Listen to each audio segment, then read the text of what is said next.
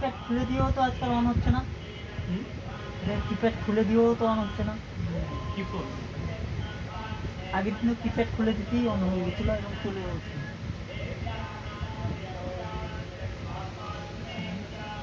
পাওয়ার বাটনটা ব্লিঙ্ক করছে। হ্যাঁ, পাওয়ার বাটনটা ব্লিঙ্ক করছে। আমি পাওয়ার কিপ্যাডটা খুলেই দিয়েছি, হুম। দিতেও তো অন হচ্ছে না। না না, সে ঠিক আছে, এটা দেখুন পাওয়ার বাটনটা কেন ব্লিঙ্ক করছে।